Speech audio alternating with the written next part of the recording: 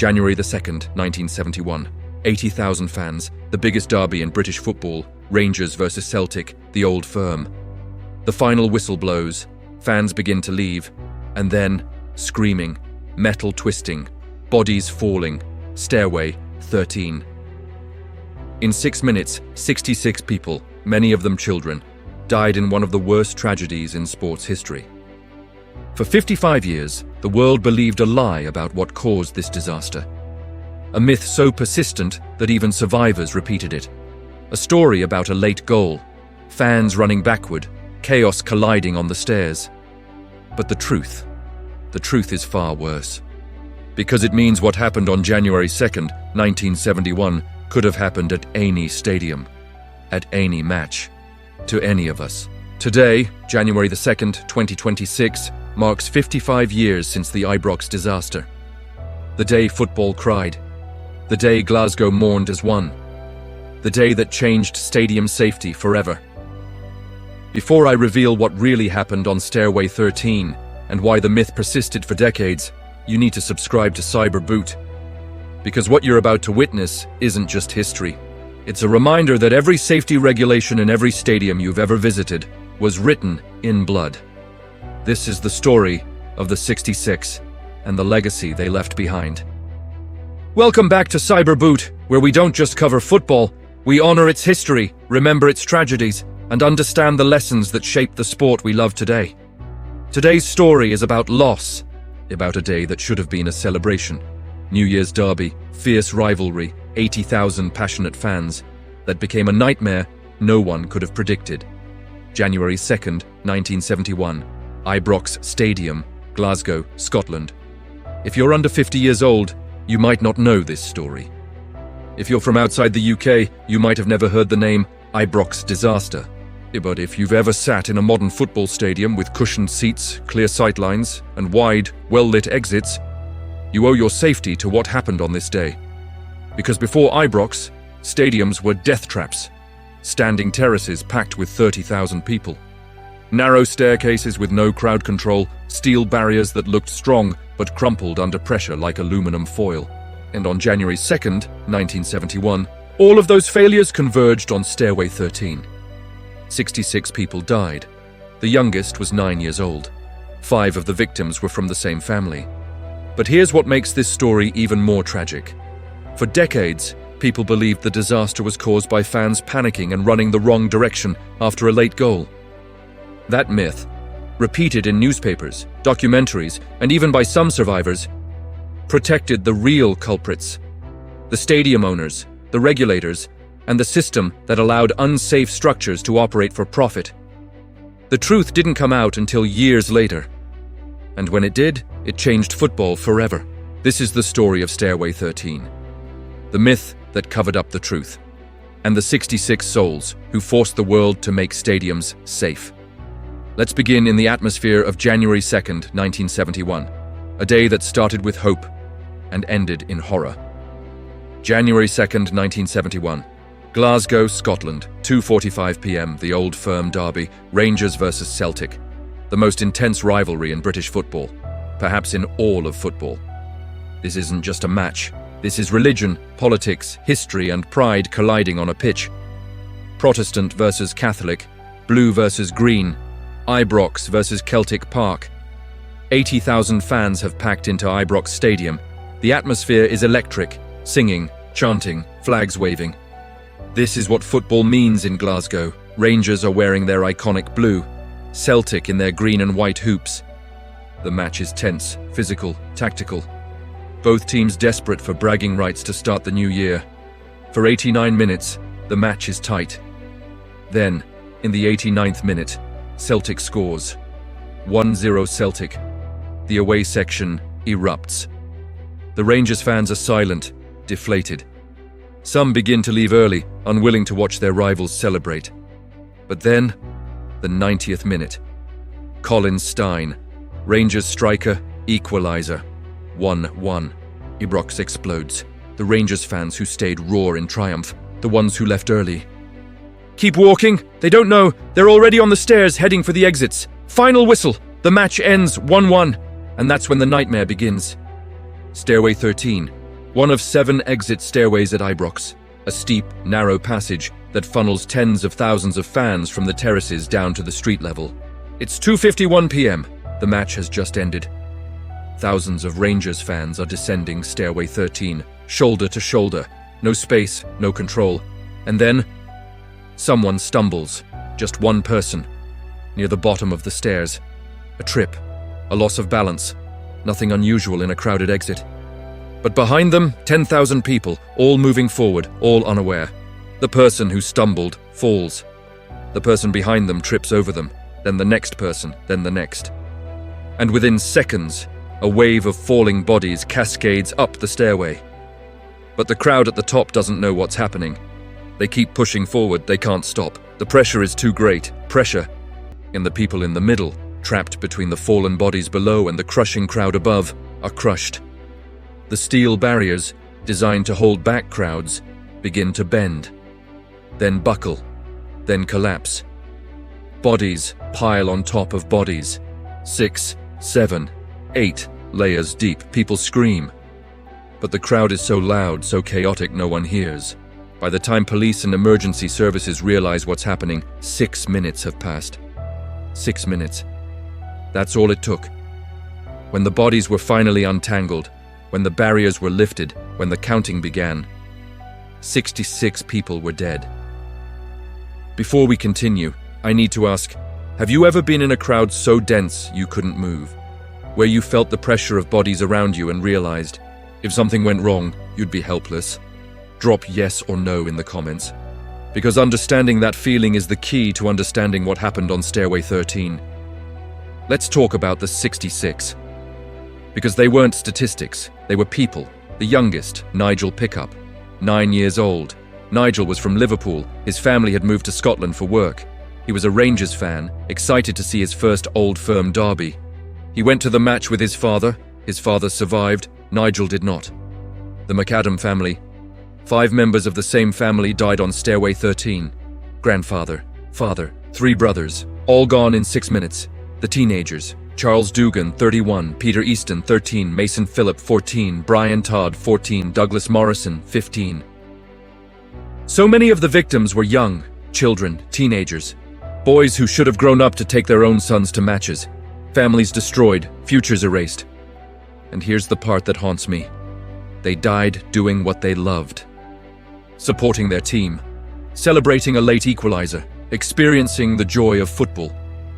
They went to a match, and they never came home. In the aftermath, as Glasgow mourned, as families buried their sons and fathers and brothers, a story began to circulate. A story that explained the disaster, a story that made sense of the chaos.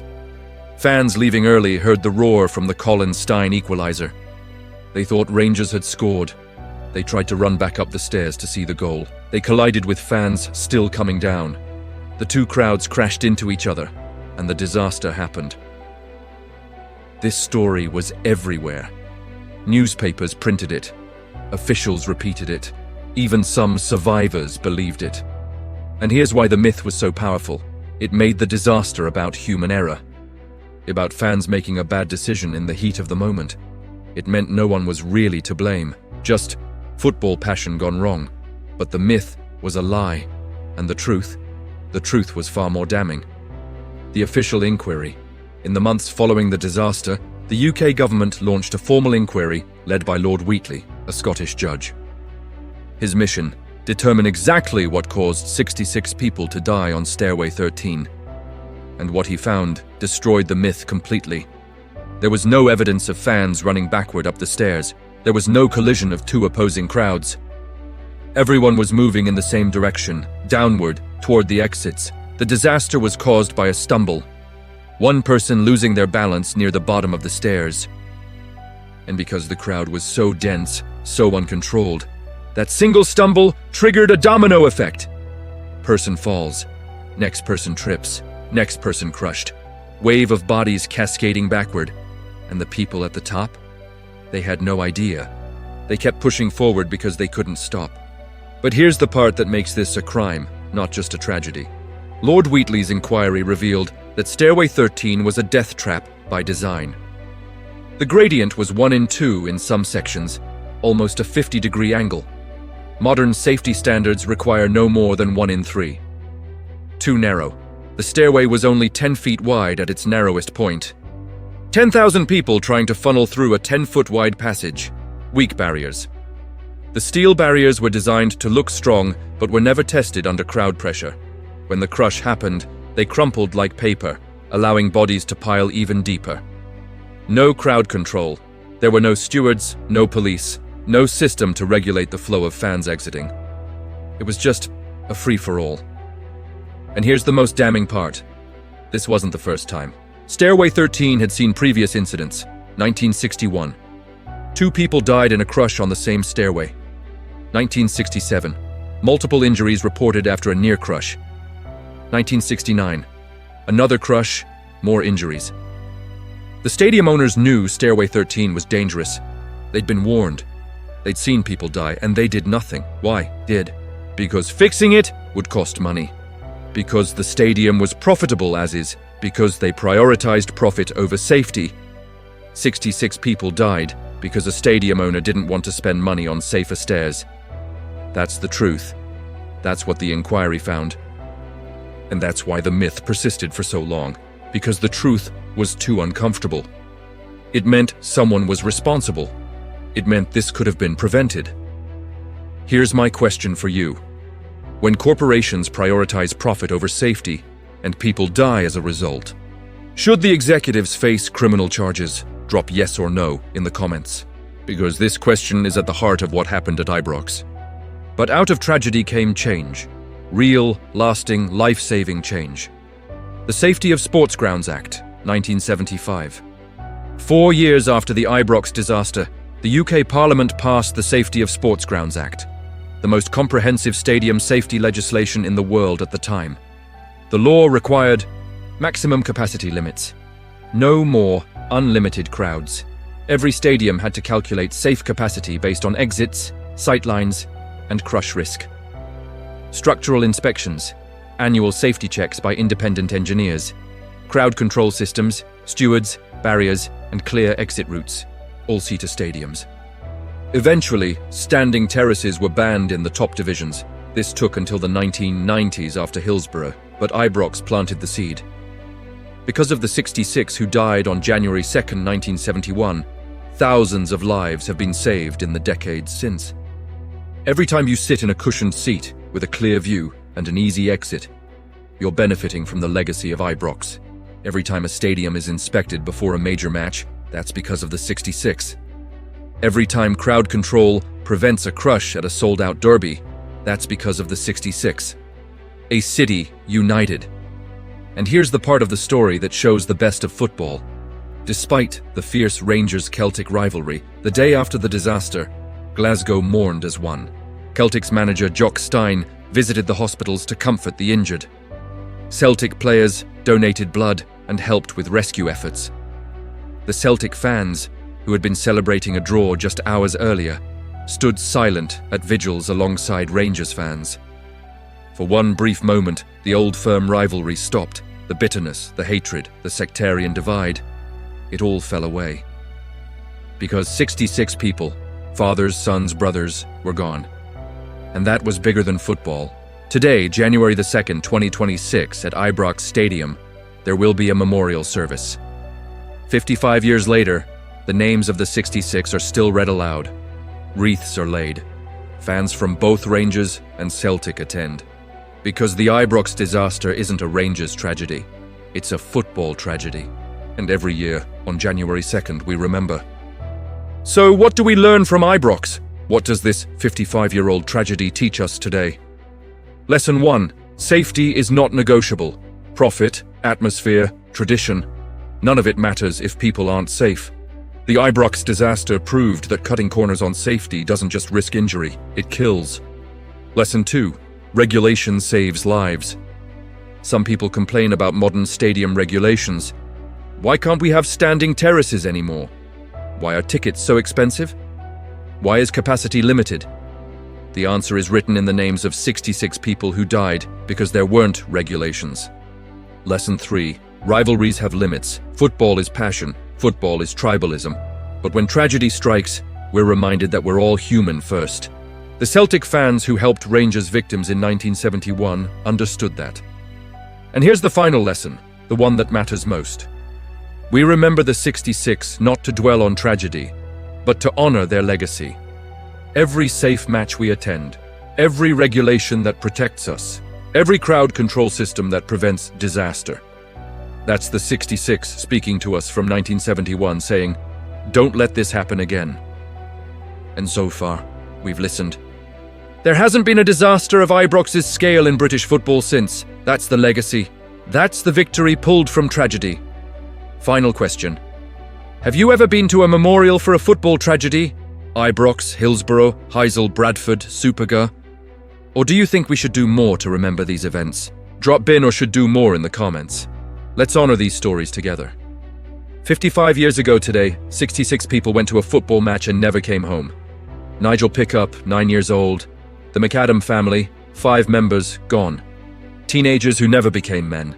Fathers who never saw their children grow up. They died because a stairway was too steep, too narrow, too weak. They died because safety was sacrificed for profit. They died because no one forced stadiums to prioritize human life over ticket sales. But their deaths were not in vain. Because of the 66, stadiums around the world are safer. Because of the 66, regulations exist. Because of the 66, tragedies like Ibrox are rarer than they've ever been. Before you go, I need 3 things from you. First, subscribe to Cyberboot right now.